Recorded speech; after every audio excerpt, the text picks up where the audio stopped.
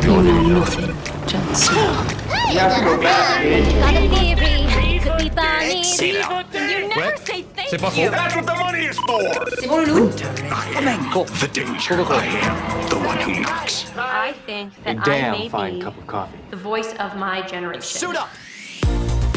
Bonjour tout le monde et bienvenue dans PIC TV, le podcast qui décortique les tendances et l'actualité des séries. Je m'appelle Anaïs Bordage et je suis en studio avec la délicieuse Marie Telling. Salut Marie. Waouh, salut Anaïs.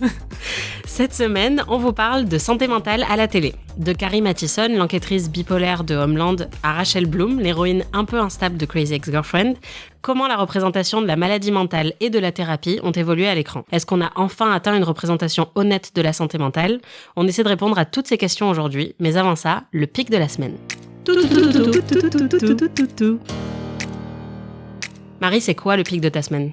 Alors, le pic de ma semaine, honnêtement, j'ai pas regardé de très bonnes séries cette semaine. Alors, le pic de la semaine, c'est une série que ma mère a regardée. Et elle m'a dit, il y a 2 jours, qu'elle avait commencé à regarder une série un peu loufoque qui s'appelle The Good Place.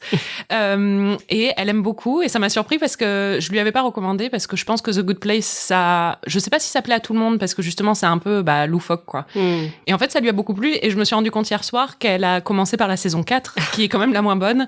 Donc, je me dis que si elle reprend la saison 1, ce sera encore mieux. Voilà. Ouais, et puis si elle a compris tout ce qui se passait, ça veut dire quand même que c'est une assez bonne série, quoi. Si elle commence par la saison 4 et que... Non, c'est ça. Puis ça fait toujours plaisir quand tes parents ou ta famille commencent à regarder un truc que t'aimes vraiment et qu'ils aiment aussi, quoi. Tout à fait. Et toi, c'est quoi ton pic de la semaine ? Bah moi, le pic de ma semaine, c'est que je sais pas pourquoi, je me suis mise à revoir Newport Beach, qui est une série qui est sortie en 2003. Donc à l'époque, j'étais au collège. Oh. Et en fait, je pense que j'avais besoin d'un petit trip nostalgie pour l'hiver et j'avais envie de réécouter toutes les super chansons qui sont dans Newport Beach. Et donc je m'y suis remise et c'est assez incroyable parce que j'avais pas revu la série depuis que j'étais au collège et donc je l'avais jamais vue en VO. Et c'est impressionnant parce que je réalise que les acteurs qui jouent Marissa et Ryan, donc 2 des acteurs principaux, sont extrêmement mauvais. Ah oui, ça fait jouer. C'est génial. Et donc, je me tape des barres toute seule devant mon ordi et c'est vraiment le pic de ma semaine en termes de série. Je sais pas ce que ça dit sur l'époque actuelle, mais voilà. Mais ce qui est fou, c'est que même s'ils sont nuls, la série est quand même pas mal. Ah, la série est super et le pilote est vraiment un excellent pilote. C'est juste que, voilà, on a des adolescents qui savent pas vraiment jouer. Et en plus, l'écriture est pas toujours très subtile. Donc, voilà. C'est un peu la cata. Mais si on est là cette semaine, c'est avant tout pour parler de la santé mentale et la manière dont elle est dépeinte à la télé. Marie, en termes de représentation de la santé mentale à la télé, on partait de quand même très très loin, non ? Ah oui, ça c'est sûr. Il fut un temps, pas si lointain. Okay, je sens que tu vas nous raconter une belle histoire. Ouais, voilà. Non, il y a pas si longtemps en fait, la santé mentale, elle était abordée que dans les séries policières lorsqu'il s'agissait d'un psychopathe ou d'un sociopathe en fait. Ou dans les soap-opéras avec des histoires rocambolesques de malades mentaux qui agressaient quelqu'un ou qui avaient des histoires complètement folles. Et on a eu quand même un moment où les choses ont un peu changé avec l'arrivée de séries avec des personnages principaux qui ont des problèmes souvent d'autisme ou des problèmes de bipolarité ou des choses comme ça. Et ça fait partie de leur personnalité. Donc il y a Dr House, par exemple. Ça, c'était un gros exemple où il y a beaucoup de gens qui ont commencé à analyser le fait que son attitude correspondait au syndrome d'Asperger. Et ensuite, on avait aussi, par exemple, il y a Bones. eu une grosse mode des séries procédurales qui reprenaient exactement ce cliché-là. Il y avait Bones, tu disais. Il y avait aussi Big Bang Theory, qui est un peu plus récente, mais oui, c'est une comédie, mais ouais, qui reprend quand même un peu le même principe. Il y avait les experts aussi, dont un des personnages principaux était autiste. Donc il y a vraiment une mode qui se dégage dans les années 2000, en fait, de personnages qui sont spéciaux parce qu'ils ont un problème de santé mentale. Et même juste avant les années 2000, fin années 90, début années 2000, on a une série, c'est Monk, où le personnage principal est un enquêteur c'est plus un enquêteur de police parce qu'il s'est fait virer de la police, mais c'est un détective privé qui a des TOC et donc qui souffre de troubles obsessionnels du comportement. Et ces TOC se sont complètement ont un peu détruit sa vie, mais en même temps, il est sous-entendu très fortement dans la série, même pas que sous-entendu, c'est carrément dit que sans ces TOC, Monk ne pourrait pas être un bon enquêteur. Et en fait, ça, c'est vraiment une des tendances qu'on voit à ce moment-là. C'est de rattacher le talent de quelqu'un à sa santé mentale. Il y a un épisode, c'est l'épisode Monk pète les plombs, où il prend des médicaments. Déjà le titre. Ouais, voilà, donc voilà. Et alors, il prend un nouveau médicament, et d'un coup, il a plus de TOC. Alors déjà, faudrait découvrir quel est ce médicament parce qu'il n'existe pas. Et quand il n'a plus de TOC, d'un coup, il devient nul à son travail. Et en plus, il ne sait plus se comporter en société parce qu'il devient odieux, quoi. Parce que il n'est plus handicapé par sa maladie mentale. Donc, il se comporte comme un connard. Oui, comme si en fait il valait mieux qu'il ait un problème de santé mentale pour être un homme respectueux. Oui, c'est ça. C'est quand même assez triste. Et c'est un concept qu'on retrouve aussi dans Homeland. Oui, Homeland, tout le principe de Carrie Mathison dès le pilote, c'est qu'on apprend qu'elle est bipolaire. Et il y a un peu le même concept où on sait pas vraiment pendant plusieurs épisodes si c'est quelque chose qui l'aide dans son travail parce que elle a un côté obsessionnel ou si c'est quelque chose qui lui joue des tours.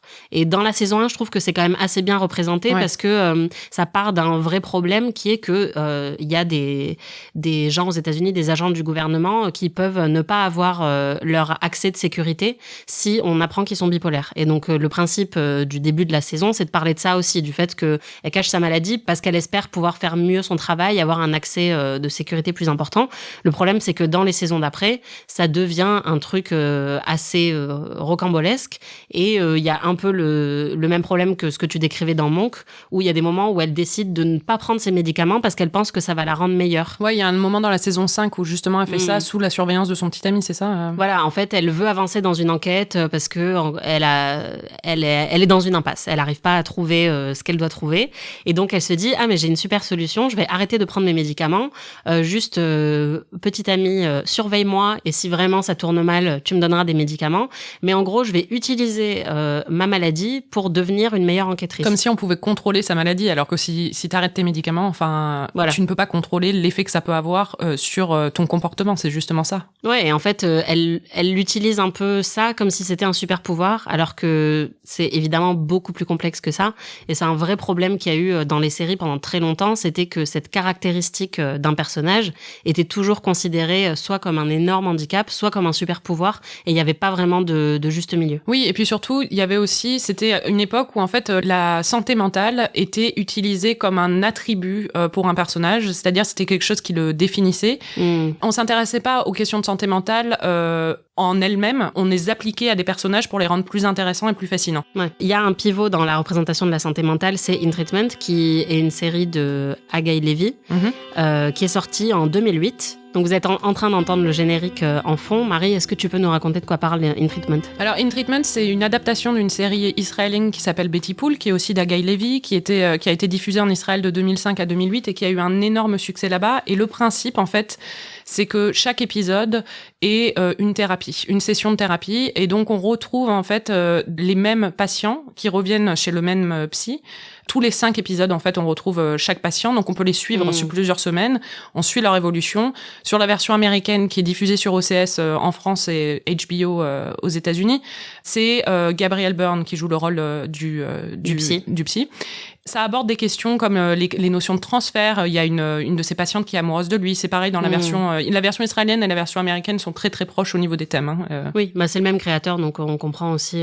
C'est la même personne qui est derrière les deux séries, mais en fait, ça parle de beaucoup de concepts de psychothérapie que beaucoup de gens connaissaient peut-être pas à l'époque, puisque c'était en 2008, on avait peut-être moins de notions sur la santé mentale qu'aujourd'hui. Ouais, ça avait été un peu abordé dans Les Sopranos, à travers sa thérapie à lui, parce qu'il y avait la notion de transfert qui avait été abordée là-dedans aussi, mais c'était beaucoup moins. Dans Les Sopranos, c'était vraiment un outil pour rentrer dans la psychologie du personnage, quoi. C'était pas vraiment sur la thérapie en soi. Oui, en fait, In Treatment, c'est la première fois qu'une série s'intéresse à la relation patient-thérapeute entièrement. C'est assez extraordinaire d'ailleurs parce que c'est vraiment des épisodes assez chiants. Concrètement, c'est vraiment 2 personnes assises sur un fauteuil face à face qui parlent. Il y a vraiment rien d'autre. Le concept de base sur le papier est chiant, on pourrait paraître chiant, mais ça l'est pas quand on regarde la série. C'est quand même fascinant. Enfin, moi, j'ai regardé des heures et des heures de ça. Moi aussi. Mais c'est ça qui est extraordinaire, c'est que le concept est vraiment prend quelque chose d'assez plat, qui est une séance de thérapie où on a juste 2 personnes qui parlent dans une pièce. On sort jamais ou très rarement de cette pièce-là dans la série. Et malgré ça, on est complètement fasciné. Et je pense que le succès était vraiment lié au fait qu'on n'avait jamais vu quelque chose comme ça auparavant à la télé et qu'on voyait l'évolution de ces personnages et les révélations qu'ils avaient en fait comme dans une thérapie où où, à force de parler de leurs problèmes, ça, on ils voit avaient quelque l'évolution. chose. Moi, personnellement, ça m'a donné envie de faire une thérapie, hein, mais c'était principalement pour pouvoir raconter mes problèmes à Gabriel Byrne, je l'avoue. T'as dû être un peu déçu quand t'as eu... Voilà, c'est ça. Mais il est où, Gabriel Byrne? Mais non, c'était quand même fascinant comme série, et surtout en 2008, j'avais jamais vu ça ailleurs. Après, ce qui est marrant, c'est qu'il y a une autre série qui est sortie juste après, Enlightened, qui est sortie en 2011 et qui est disponible sur OCS. Et cette série, pour le coup, parle aussi de santé mentale, mais d'une manière qui est limite repoussante. C'est-à-dire qu'on n'a vraiment pas envie de rentrer dedans, tellement ça met mal à l'aise, quoi. Ouais, c'est-à-dire que, pour le coup, elle s'intéresse pas à l'aspect thérapie de la santé mentale, elle s'intéresse vraiment à une femme qui souffre d'un problème de santé mentale et qui a eu un breakdown, en fait, qui a fait une crise au début de la série et qui va dans un centre de repos, qui revient, et elle revient complètement transformée, mais en fait, elle est pas vraiment transformée, hein, elle souffre toujours des mêmes problèmes. Et elle est jouée par Laura Dern. On va écouter la scène d'ouverture de Enlightened, dans laquelle Amy, donc jouée par Laura Dern, pète un câble. Elle ferait, aujourd'hui, on dirait qu'elle fait un burn-out. Elle pète un câble au bureau et elle dit à son patron qu'elle va lui pourrir sa vie. At least admit that it was you, Damon. Tell me that you did this. You think I'm stupid? Is that what it is? You think I'm I will bury you. I will kill you. Voilà, donc c'est quand même assez violent. Et le truc dans la série, en fait, c'est que le personnage de Laura Dern, on la retrouve dans plein de moments où elle fait des trucs où on a envie de lui dire mais arrête ça tout de suite, quoi. Et en même temps, on a énormément de sympathie pour elle parce que, enfin, on sent qu'elle veut bien faire et on sent un peu toute sa détresse sous l'apparence de joie et de bonne humeur qu'elle s'impose à elle-même parce qu'elle a vraiment envie d'aller mieux. Et c'est assez douloureux à regarder. Moi, j'ai du mal, en fait, à binger cette série ou à la regarder de façon régulière. Il y a que 2 saisons. Mais à chaque fois, je dois m'arrêter prendre assez de temps entre les épisodes parce que c'est très difficile à regarder, je trouve. Mais il faut le dire, c'est une série précurseur, c'est-à-dire qu'en 2011, on n'a jamais vu ça. Déjà, c'est un personnage féminin qui est parfois antipathique, comme tu le disais. On n'a pas trop l'habitude de voir ça à la télé. Et puis, ça parle de plein de sujets qui sont vraiment d'actualité aujourd'hui, mais à l'époque, on n'avait pas l'habitude de voir ça à la télé parce que ça parle vraiment de déni psychologique. Oui, de burn-out, ce qui est très à la mode à l'heure actuelle. Mais exactement, ça parle de burn-out. C'était inspiré du vrai burn-out de Mike White, le créateur de la série, qui lui aussi a pété un câble sur la série précédente sur laquelle il travaillait. Et c'est cette expérience-là qui l'a inspiré pour créer Enlightened. Donc il y a vraiment quelque chose de très très fort et je pense que c'est pour ça que c'est aussi bien décrit. Mais c'est incroyable de voir ça dans une série qui date de 2011. Oui, d'ailleurs, à l'époque, elle a pas trouvé son public, en fait. C'est ça. En fait, la série n'a jamais pu dépasser à peu près les 200 000 spectateurs par épisode. Ce qui est fou, hein. Enfin, c'est très, très, très bas pour les États-Unis, quand même. Hein. Même pour une chaîne comme HBO. Ouais. Et en fait, Mike White et Laura Dern, qui ont créé la série, avaient espéré en faire une trilogie. Donc, c'est un échec commercial, alors que c'était un succès critique. Mais je pense que les gens n'étaient pas prêts pour voir une série comme ça à la télé en 2011. Et c'est fou parce que si on fait un saut dans le temps de à peine quelques années, maintenant il y a des séries qui parlent de santé mentale, mais partout. On a des séries comme You're the Worst, qui est une comédie américaine qui aborde la question de la dépression et de la dépression dans le couple. On a BoJack Horseman, qui est la série animée de Netflix, qui aussi aborde les questions de dépression. D'alcoolisme aussi. Oui, Orange is the New Black, qui aborde beaucoup de questions de santé mentale aussi. Et enfin, toutes ces Girls, qui a abordé la question des TOC à travers le personnage principal d'Anna Horvath. En fait, toutes ces séries, elles correspondent aussi à un espèce de changement de mentalité quand même qu'il y a eu et de changement de discours autour de la santé mentale qu'il y a eu dans la société. C'est-à-dire que, enfin, c'est peut-être pas très facile à prouver par A plus Z, mais on le sent dans la société qu'il y a une libération de la parole à ce niveau-là. Il y a de plus en plus de discours autour de la santé mentale, autour de prendre soin de soi, de faire des thérapies. Quand on voit même que les princes d'Angleterre, William et Harry, ont une association sur la santé mentale alors qu'ils viennent de la famille la plus secrète et la plus coincée de l'histoire. Voilà, on se dit qu'il y a quand même une évolution à ce niveau-là, quoi. Et ça se ressent à la télé. Oui, c'est marrant parce que dans Les Sopranos dont on parlait plus tôt, c'était vraiment révolutionnaire de voir Tony Tony Soprano qui démarre des séances de thérapie dans une série qui n'est pas vraiment sur ça à la base. Alors que si on pense à Insecure, qui est une série qui est sortie beaucoup plus récemment, il y a aussi toute une intrigue secondaire avec la thérapie de Molly, mais c'est pas du tout un sujet de conversation en fait dans la critique culturelle actuelle, tellement c'est devenu quelque chose de commun dans la télé. Donc il y a vraiment eu un renversement total ces dernières années sur la manière dont on voit la thérapie et la santé mentale à la télé, quoi. Le problème qu'on a à l'heure actuelle, c'est qu'en fait, traiter de la santé mentale, c'est pas la chose la plus facile qui soit, parce que c'est une question qui est très lourde et qui peut être très difficile. Et surtout, traiter de la santé mentale dans une série, ça peut vraiment avoir un impact sur le public. Et on l'a vu avec 13 Reasons Why, ouais. 13 Reasons Why, donc qui est une série qui est sortie sur Netflix il y a quelques années et qui parle d'une adolescente qui s'est suicidée et qui retrace à l'aide de flashbacks tous les événements qui auraient mené à son suicide. Or, déjà, il y a un problème avec cette approche et c'est ce qu'ont dit beaucoup de professionnels de la santé à l'époque, parce que sous-entendre qu'elle s'est suicidée parce que quelqu'un lui a dit ci ou que quelqu'un a fait ça, c'est déjà très réducteur. Et ses problèmes de santé mentale à elle n'ont jamais vraiment été explorés dans la série. Et puis, il n'y avait pas d'avertissement aussi au début de la série. Au début, après, ils en ont rajouté un. Voilà. Et en plus, il y a un énorme problème, c'est qu'il y a des scènes très graphiques. Déjà, il y a des scènes d'agression sexuelle qui sont extrêmement dures à regarder. Il y a des scènes de harcèlement, puisqu'elle se fait harceler à l'école. Et dans le dernier épisode de la saison 1, on la voit se suicider. Et le gros problème avec ça, c'est que tout de suite, il y a eu plein d'articles de professionnels de la santé qui ont dit on ne peut absolument pas faire ça. S'il y a une règle à respecter, c'est que les représentations du suicide à la télé ne doivent pas montrer une méthodologie, en fait, sur comment passer à l'acte, parce que ça peut créer une recrudescence du nombre de suicides chez des personnes qui seraient fragiles et qui auraient accès à la série. Et du coup, cette scène, ils l'ont gardée ou ils l'ont... Et non, cette scène a été gardée pendant très longtemps et c'est 2 ans plus tard, donc là récemment, que la scène a été coupée sur Netflix. Mais pendant 2 ans, elle était accessible et il y a même eu une étude à l'époque qui a montré que le mois suivant la diffusion de la première saison, les suicides d'adolescents aux États-Unis avaient augmenté de 29%. Après, on peut évidemment pas prouver de corrélation. Voilà, qu'il y a eu une corrélation avec 13 Reasons Why, mais c'était une grosse crainte de la part des professionnels de la santé au moment de la sortie de la série qu'il y ait une recrudescence du nombre de suicides, parce que la série, malgré toutes ses bonnes intentions, a montré des choses qu'elle aurait peut-être pas dû montrer. Et ça montre qu'on peut pas vraiment traiter de ça de façon, sans vraiment y réfléchir et sans avoir une approche très réfléchie. Et surtout quand on parle, de santé mentale des adolescents en particulier, qui est un public très vulnérable. Et on le voit aussi avec Euphoria récemment, où, ça traite de la bipolarité, mais de façon très caricaturale et extrême, et surtout très très lourde et déprimante. À mon avis, pas assez de subtilité, surtout quand ça s'adresse à un public adolescent, quoi. Ouais. Mais heureusement, il y a quand même des séries qui en parlent bien, quoi. Ouais, il y a une série qui parle bien de la santé mentale, je pense très que bien. C'est évident, très très bien. C'est Crazy Ex-Girlfriend, qui a été créée et écrite par Rachel Bloom et Aline Brosh McKenna, avec Rachel Bloom dans le rôle principal. Et donc, elle joue Rebecca Bunch, une avocate à succès qui quitte New York sur un coup de tête et qui part s'installer dans une petite ville médiocre de Californie, dans l'espoir de reconquérir, West Covina, qui est à 2 heures de la plage, 4 avec les bouchons. Voilà. Dans l'espoir de reconquérir un amour de jeunesse qu'elle avait pas vu depuis des années, mais sur un amour de jeunesse, c'était son petit copain de colo quand même. Elle avait été avec lui pendant 2 semaines. Voilà.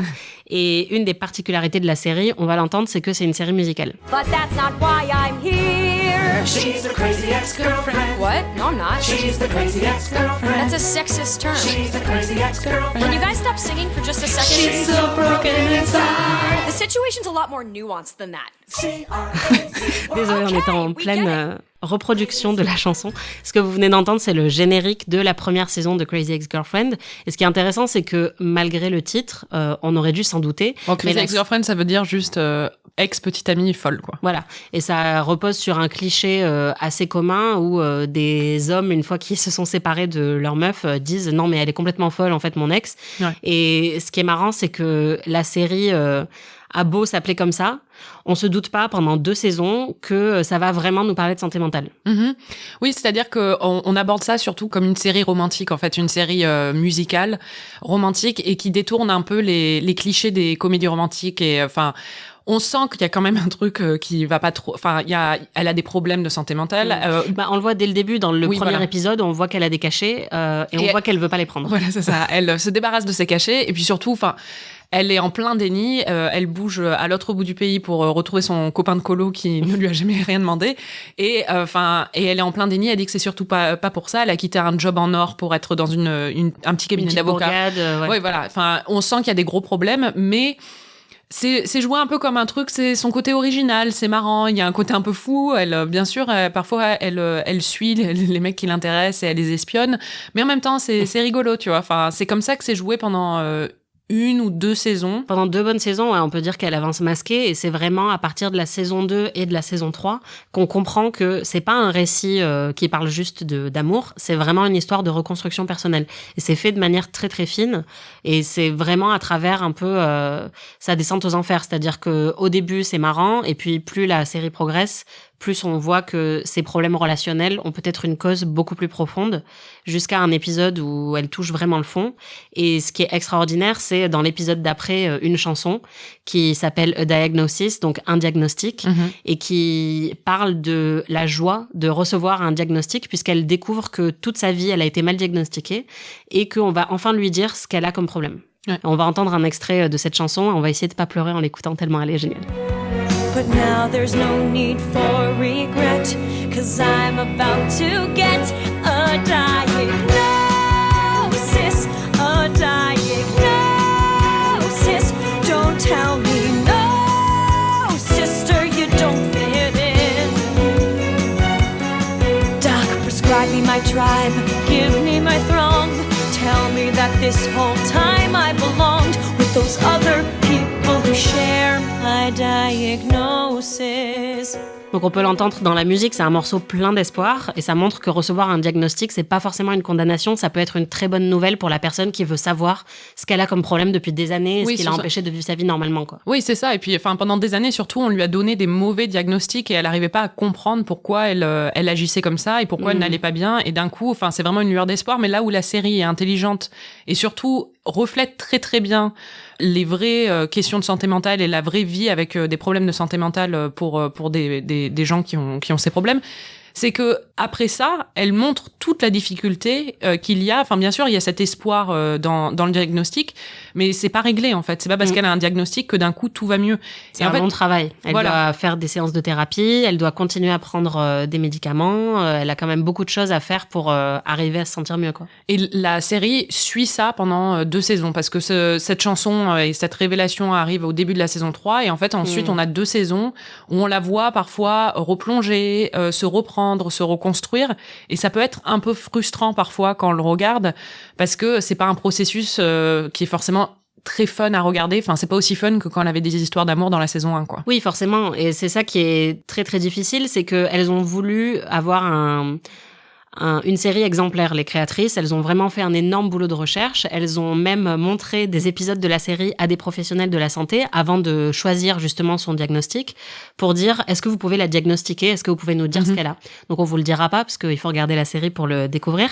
Mais il y a vraiment un effort de réalisme dans la série qui est un peu leur problème dans cette dernière saison, où elles ont tellement voulu montrer que en fait c'est pas très intéressant à regarder. La reconstruction de quelqu'un, c'est souvent beaucoup de rechutes, c'est quelqu'un qui refait les mêmes erreurs. C'est laborieux, c'est laborieux. Voilà. Et donc le problème, c'est que la dernière saison devient laborieuse à cause de ça. Après, il y a quand même plein de chansons qui sont très très malines et qui essayent de déconstruire beaucoup de tabous sur la santé mentale. Donc il y a eu celle qu'on a écoutée, mais il y a aussi une chanson qui est géniale dans la dernière saison, qui est une parodie de La La Land et qui parle d'antidépresseurs et qui explique pourquoi c'est pas du tout un problème de prendre des antidépresseurs. Au contraire, ça peut aider beaucoup de gens. On va écouter un extrait de cette chanson parce qu'elle est vraiment géniale. Fluoxetine, fluoxetine, Paroxetine, paroxetine, citalopram, citalopram, take once a day. Fluoxetine, fluoxetine, paroxetine, paroxetine, citalopram, citalopram, may cause dry mouth. Comme on peut l'entendre, en fait, elle chante à tue-tête les noms d'antidépresseurs américains. Donc maintenant, je connais les noms des antidépresseurs américains par cœur et je les chante tout le temps dans le métro. Les gens doivent penser que je suis très bizarre. Mais cette chanson est vraiment exceptionnelle. Elle a gagné 2 Emmy Awards pour la musique et pour la chorégraphie, puisque là, vous pouvez pas le voir, mais il y a aussi toute une danse de claquettes qui va avec. Et c'est vraiment un super morceau qui essaye d'éduquer en fait les gens sur le pouvoir des antidépresseurs et le fait qu'il faut pas avoir honte forcément de prendre des médicaments pour aller mieux quand on a un déséquilibre neuronal, quoi. Ouais. Quand on a un déséquilibre chimique qui nous aide pas à avancer. Voilà. Et donc, ce qui est cool, c'est que la série est sur Netflix. Il n'y a pas encore la dernière saison, mais elle va pas tarder à arriver. Vous pouvez déjà voir les 3 premières qui sont sur Netflix. C'est vraiment une série géniale. Alors, la fin a peut-être pas été aussi moi, j'étais excellente, un peu déçue, mais bon. Mais ça reste quand même incontournable. Et si vous aimez les comédies musicales, vous allez adorer. La série s'est terminée il y a quelques mois, mais depuis, il y en a plein qui continuent à aborder la question de la santé mentale de manière très subtile. On retient, par exemple, David Meixman. Oui, ou Sorry for Your Loss, qui parle beaucoup du deuil, qui est diffusé sur Facebook. C'est sur c'est ça. Donc ça fait quand même plaisir à voir. On a parcouru un long chemin depuis Monk qui pète un câble et qui prend des médicaments pour supprimer ses tocs, à aujourd'hui où on a quand même une représentation beaucoup plus nuancée et très diverse. C'est-à-dire que des problèmes de santé mentale, il y en a énormément et il y en a de plus en plus qui sont montrés à la télé sous différentes formes. Donc on peut dire qu'il y a quand même eu un énorme progrès à ce niveau-là. Oui. Si on devait en garder une dans toutes les séries qu'on a mentionnées dans cet épisode, laquelle tu garderais, Marie ? C'est assez difficile. Je dirais, j'adore Crazy Ex-Girlfriend, le début, mais je pense que celle que je garderais, c'est peut-être In Treatment, parce que c'est... En analyse, en version française. Oui, en analyse, qui est une série dont je me lasse jamais, en fait. Je l'ai revue plusieurs fois, et puis j'aime bien... J'ai vu pas mal d'épisodes de la version israélienne, et c'est tout aussi intéressant. C'est vraiment fascinant, j'adore cette série. Ouais, non, c'est vraiment une super série. Moi, je pense que je garde Crazy Ex-Girlfriend, malgré tout. C'est vraiment une série qui m'a beaucoup marquée. Je m'y attendais pas du tout au début, mais... J'avais juste jamais vu ça à la télé, une telle représentation de la santé mentale. Et je pense que si vous avez envie d'en savoir plus sur ces questions et aussi de beaucoup vous marrer, c'est vraiment une série incontournable. Ouais, et puis alors les chansons sont incroyables. Hein. Il y en a... Ouais, vraiment, on a dû résister à l'envie de vous en passer 45 dans l'épisode. C'était très très difficile d'en choisir que quelques-unes, mais la bande-son est absolument incroyable. Qu'est-ce qu'on regarde cette semaine, Marie, à part In Treatment et Crazy Ex-Girlfriend ? Alors, on regarde Mrs. Fletcher, qui est sur OCS. C'est une série HBO à la base. C'est une série qui est adapté d'un roman de Tom Perrotta avec Catherine Hahn. Ça parle en fait de la crise d'identité sexuelle un peu d'une femme de 40 ans qui a la quarantaine et qui voit son adolescent partir à l'université et qui se retrouve seule chez elle pour la première fois et qui se redécouvre un peu à ce niveau-là. Et ça inclut regarder beaucoup de porno et se donner des fessées à elle-même dans sa cuisine pour essayer de comprendre pourquoi les gens aiment autant se donner des fessées. C'est hyper drôle, on a vraiment adoré cette série et moi ce que j'ai trouvé particulièrement excellent, c'est la représentation de ce personnage masculin, du fils de l'héroïne. Oui, qui est assez infect quand même. Voilà, qui est odieux et quand la série commence, on se dit non mais vraiment, débarrassez-nous de ce personnage, il est atroce parce que il est assez misogyne, il traite les femmes très très mal et on se dit mais ça va être un désastre ambulant quand il va arriver à l'université. Et effectivement, la série montre qu'il est pas du tout prêt à entrer dans une vie sexuelle plus mature. On pourrait penser que c'est assez repoussant à regarder et au final, ils arrivent à rendre le personnage super intéressant et à nous montrer un peu ce que c'est d'être dans la tête d'un fuckboy. Oui, voilà, bon, c'est intéressant. Non, c'est vrai que c'est très intéressant et c'est intelligent la façon dont ils le font. Donc c'est une très bonne série. Voilà, donc on vous recommande Mrs. Fletcher qui vient de commencer sur OCS. C'est vraiment une super série. C'était PIC TV. Merci à vous de nous avoir écoutés. Merci Marie. Merci Anaïs.